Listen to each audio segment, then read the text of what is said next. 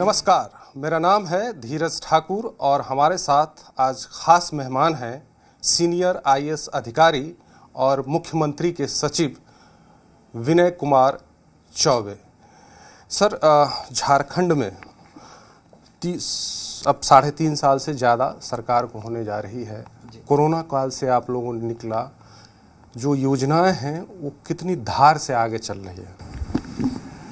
देखिए, वर्तमान जो राज्य सरकार है उसको जैसा आपने बोला कि 3.5 साल हो गए हैं। आज के दिन में 4-5 दिन एक्स्ट्रा ही हो गए हैं। और जब सरकार बनी तो शुरू में 2 साल तो सभी लोग कोरोना से प्रभावित रहे। उसके बाद से कई सारी योजनाएं राज्य सरकार ने माननीय मुख्यमंत्री जी के निर्देश पे अन्य माननीय मंत्रीगण ने धरातल पर उतारा है। कुछ सोशल स्कीम्स भी हैं, इंफ्रास्ट्रक्चर की भी स्कीम्स हैं और मुझे लगता है कि हर क्षेत्र में कुछ न कुछ काम हुआ है। सर, एक आजकल जो चर्चा है, बहुत जो योजनाएं आप लोग उत्कृष्ट विद्यालयों को लेकर के, बहुत उसकी चर्चा है और लोग खुश हैं उसको लेकर के। जी, माननीय मुख्यमंत्री जी की जो विज़न है, जो सोच है, उसमें शिक्षा एक इम्पॉर्टेंट उनको वो प्राथमिकता में वो रखते हैं और हमेशा बोलते हैं कि यहाँ के लोग जो हैं, ये जो राज्य है वो लेबर के राज्य के रूप में पहचाना जाता है। यहाँ से जो लोग बाहर जाते हैं, लेबर का काम करने जाते हैं, तो वो जो एक पहचान है, उस पहचान को वो बदलना चाहते हैं। और उसी की कड़ी में प्रथम चरण में 80 विद्यालय जो हैं उनको काफ़ी उनकी जो आधारभूत संरचनाएँ थीं उसको इम्प्रूव किया गया। उनके जो प्रिंसिपल्स थे, उनके जो टीचर्स थे, उनको ट्रेनिंग दी गई सो दैट कि 80 स्कूल हमारे सीबीएसई मीडियम के और सीबीएसई बोर्ड के और इंग्लिश मीडियम के हमारे स्कूल्स हैं। और उसमें काफ़ी पॉपुलर भी हुआ क्योंकि करीब 11,000 सीट्स थे और 40,000 से ऊपर उसमें बच्चे आवेदन कर रहे हैं। तो ये एक अच्छा स्कीम साबित हुआ है और इसके द्वितीय चरण में अगले साल 325 और इस तरह के विद्यालयों को प्रारंभ किया जाएगा। तो कुल 405 विद्यालय प्रथम 2 चरण में स्कूल ऑफ एक्सीलेंस अथवा मॉडल स्कूल के रूप में विकसित किए जाएंगे और तृतीय चरण में इसको हर पंचायत में एक विद्यालय की योजना है। एक सरकार आपके द्वारा, आप लोगों की योजना 2 चरण बीत गए, लेकिन उसका रिस्पॉन्स काफ़ी अच्छा रहा। लोग तक सरकार गई, दरवाजे तक गई, लोगों से जो योजना चला रही है उसका लाभ पहुंचा कि नहीं, लोग इससे काफ़ी प्रभावित हुए। तो इसमें लगता है कि ये योजना काफ़ी कारगर साबित हुई है। जी बिल्कुल। देखिए, जो छोटी छोटी योजनाएं होती हैं वो ज़्यादा प्रभावित करती हैं जनता को। जनता, जो राज्य की जो जनता है, उनकी ज़रूरतें जो होती हैं, प्रमाण पत्र, जाति प्रमाण पत्र, आय प्रमाण पत्र, पेंशन, राशन, धोती साड़ी मिल रहा है कि नहीं मिल रहा है। इसी प्रकार से हम लोग किशोरी समृद्धि योजना लेकर आए। सावित्रीबाई फुले महान शिक्षिका थी, उनके नाम पर। तो ये सभी जो योजनाएं हैं, राज्य सरकार तो ऊपर से हमेशा चाहती है कि सब कुछ ठीक ठाक हो, परंतु कई बार आखिरी जो लास्ट माइल होता है वहाँ तक पहुँचते पहुँचते कुछ विसंगतियाँ आ जाती हैं। तो इस तरह के जो प्रोग्राम जो 2 कंडक्ट कराए गए राज्य सरकार के द्वारा, सरकार आपके द्वार के नाम पर, आपकी योजना आपकी सरकार आपके द्वार के नाम पे, प्रथम चरण में आपके अधिकार आपकी सरकार आपके द्वार के नाम पे चला, सेकेंड चरण में आपकी योजना आपकी सरकार आपके द्वार के नाम पे चला। दोनों में ही काफ़ी उत्साह देखने को मिला। लोगों ने काफ़ी बड़ी संख्या में आवेदन दिए। प्रथम चरण में 35 लाख, द्वितीय चरण में करीब 55 लाख और दोनों ही चरणों में 95% से ऊपर जो एप्लीकेशंस थे उनको डिस्पोज भी किया गया और लोग उसका लाभ भी मिला। तो डेफिनेटली इससे लोगों में काफ़ी विश्वास कायम हुआ होगा। और काफ़ी नियुक्ति पत्र भी दिए जा रहे हैं। रोज़गार सृजन पर भी सरकार लगातार काम कर रही है कि रोज़गार कैसे पहुंचाया जाए, ताकि जिस तरह से सीएम लगातार कहते हैं कि हमको इस राज्य को आगे ले जाना है, तो रोज़गार के माध्यम में भी काफ़ी सृजन हो रहा है। जी बिल्कुल। चाहे राज्य सरकार की जो रिक्तियां हैं उस पर नियुक्ति का मामला हो अथवा जो प्राइवेट सेक्टर में जो 75% स्थानीय लोगों को रोज़गार देने का बात हो, दोनों में ही सरकार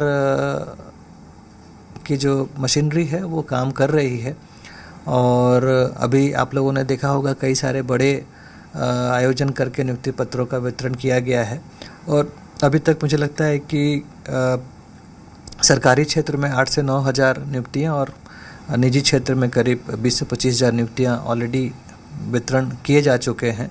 और आने वाले दिनों में जो नियुक्ति प्रक्रिया है, जो परीक्षा का जो डेट है, वो भी एसएससी बहुत तेज़ी से निकाल रहा है। करीब 11,000 रिक्त पदों पर नियुक्ति की प्रक्रिया प्रारंभ भी की जा चुकी है। जल्दी ही सहायक शिक्षक का भी आई थिंक एक आध हफ्ते के अंदर विज्ञापन आने की संभावना है, जिसमें करीब 26,000 रिक्त पदों को भरे जाएंगे। उसी प्रकार से सिपाही का भी बहाली जल्दी ही उसका भी विज्ञापन आने का बात है। उसमें काफ़ी गृह विभाग बहुत तेज़ी से काम कर रहा है।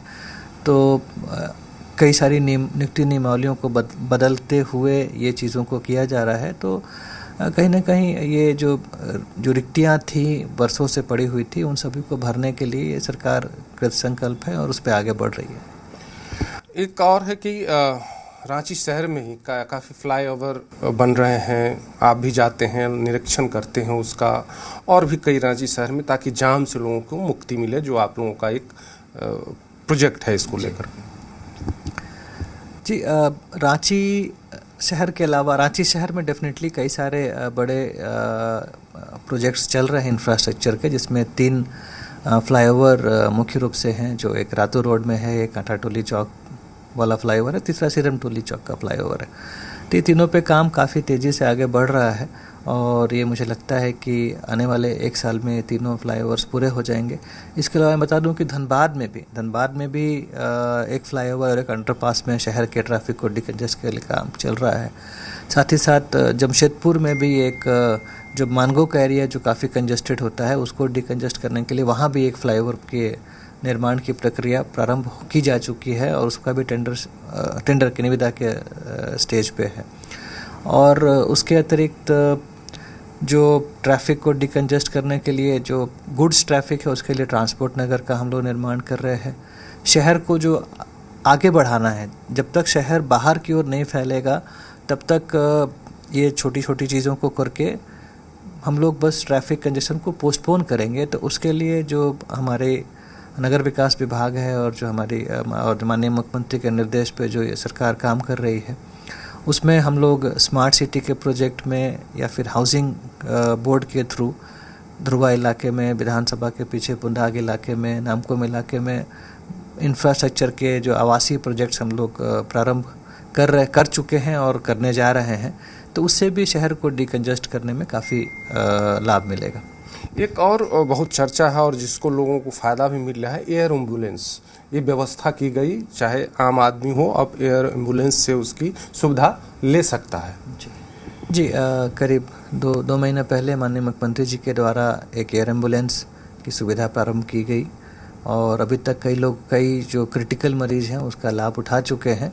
और ये अपने आप में एक अनूठा प्रयोग है, इस राज्य के द्वारा किया गया है। और ऐसे कई ऐसे प्रयोग छोटे जो हैं बट इनका काफ़ी दूरगामी परिणाम होता है। ऐसे कई सारे योजनाएं राज्य सरकार के द्वारा चलाई जा रही हैं। जैसे एयर एम्बुलेंस की आपने बात की, इसके अलावा शिक्षा के क्षेत्र में जो ओवरसीज स्कॉलरशिप की जो बात है, जो हमारे राज्य के जो गरीब अनुसूचित जाति, अनुसूचित जनजाति, अल्पसंख्यक एवं पिछड़ा वर्ग के जो बच्चे हैं, वो आज के दिन विदेशों में पढ़ने का अपना सपना को पूरा कर रहे हैं। तो इससे एक समाज में काफ़ी एक एस्पिरेशनल समाज बनता है और फिर उससे समाज काफ़ी आगे प्रगति की ओर जा पाता है। सर, एक देखा गया है कि आप लोग जो काम कर रहे हैं इसको लेकर एक पेंशन योजना की काफ़ी चर्चा है कि काफ़ी घर घर जाकर उनको दिया जा रहा है पेंशन योजना। कई कार्यक्रम में सीएम ने भी कहा है इसको। जी, इस सरकार में एक सर्वजन पेंशन महिला बाल विकास विभाग के द्वारा प्रारंभ किया गया और इसमें इस योजना को बहुत ही सिंपल रखा गया, जिससे कि इसका अधिक से अधिक लाभ सभी लोगों को मिल सके।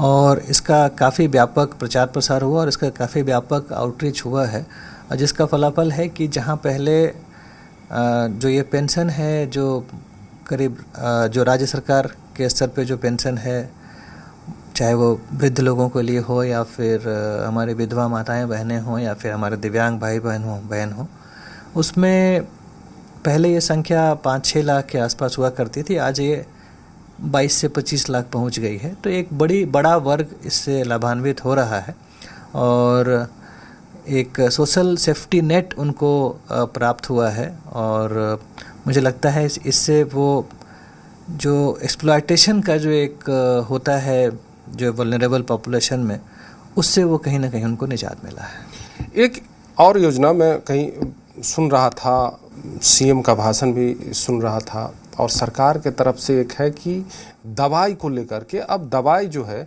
वो ज़रूरी नहीं है कि आपको बी फार्मा होना चाहिए या जो उसके हैं, अब जेनरिक दवाई आपको गांव में छोटे दुकान खोल सकते हैं, उसके रोजगार के भी सृजन होंगे और ताकि लोगों को भी एक सुविधा मिलेगी। इसके लिए स्वास्थ्य विभाग के द्वारा एक स्कीम लाया गया कि हर प्रकार के दवा के लिए भी फार्मा की आवश्यकता नहीं होती। जैसा आपने बोला, जेनरिक दवाएं जो होती हैं, तो उसके लिए हर पंचायत में एक व्यक्ति का चुनाव किया जा रहा है। कई जगह चुनाव हो भी चुका है। चतरा में कुछ लोगों को ये नियुक्ति पत्र भी माननीय मुख्यमंत्री जी के द्वारा वितरण किया गया पिछले भ्रमण के दौरान।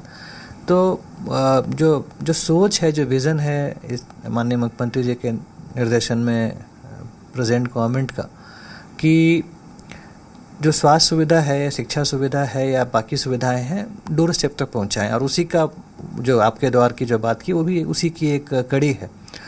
तो उसमें जो हमारे पढ़े लिखे साइंस ग्रेजुएट जो हमारे भाई बहन हैं गांव के, वो अपने ही गांव में, अपने पंचायत में एक दुकान अगर खोलेंगे और उनको बाद में, आज के डेट में सबके पास स्मार्टफोन होता है, किसी न किसी डॉक्टर से भी टैग किया जा सकता है, सो दैट कि अगर कुछ इमीडिएट कंसल्टेंसी किसी का ज़रूरत पड़े, किसी दवा में कन्फ्यूज़न हो, तो सीधे वो डॉक्टर से कंसल्ट भी थ्रू व्हाट्सएप वीडियो कॉल वगैरह करके कर सकते हैं। तो उससे क्या होगा कि कई बार रात अचानक से लोगों को दवा की ज़रूरत पड़ती है, तो वो दवा अगर उनके पास उपलब्ध रहेगा तो लोगों को जान बचाने में काफ़ी सहायता मिलेगी। तो ये कहा जाए सर कि 3.5 साल के बाद झारखंड बदल रहा है पूरी तरह। सब नया, चाहे उद्योग धंधे की बात करें या शिक्षा की बात करें, स्वास्थ्य की बात करें, सड़क की बात करें, बिजली की बात करें, तो कहीं ना कहीं झारखंड अब बदल रहा है, एक विकसित झारखंड की तरफ बढ़ रहा है। कि हम लोग तो ब्यूरोक्रेट हैं, हम लोग का तो काम करना है, इसमें हम नहीं, अब आप ये बोल रहे हैं तो हम इस पे कुछ कमेंट नहीं करेंगे। परंतु हर तरह के क्षेत्र में हम लोग प्रयास कर रहे हैं कि काम हो। जैसे अगर अस्पताल की बात करें तो एक अपोलो जैसा जो नेशनल ब्रांड है, वो अभी आने वाले 1-2 महीनों में शिलान्यास होगा उनका। वो यहाँ का अपना हॉस्पिटल खोलने जा रहे हैं। अजीम प्रेमजी फाउंडेशन जैसी बड़ी संस्था अपना एक यूनिवर्सिटी यहाँ लागू करने जा रही है। और ताज जैसे होटल भी आने वाले हैं। रांची में ताज होटल भी आने वाले कुछ दिनों में आने वाला है, तो उसके बारे में भी आपको जानकारी डिटेल बाद में प्राप्त होगा। तो बड़े इम्पैक्टफुल प्रोजेक्ट्स भी आ रहे हैं, और जो लोगों की छोटी छोटी ज़रूरतें हैं, पेंशन, राशन, स्कॉलरशिप, शिक्षा, उस पर भी काम चल रहा है। तो एक बैलेंस बना के दोनों तरह से, मतलब सोशल सिक्योरिटी के, सोशल सेक्टर के क्षेत्र में भी और इंफ्रास्ट्रक्चर के क्षेत्र में भी, दोनों ही क्षेत्र में वर्तमान सरकार में हम लोग प्रयास कर रहे हैं कि काम हो।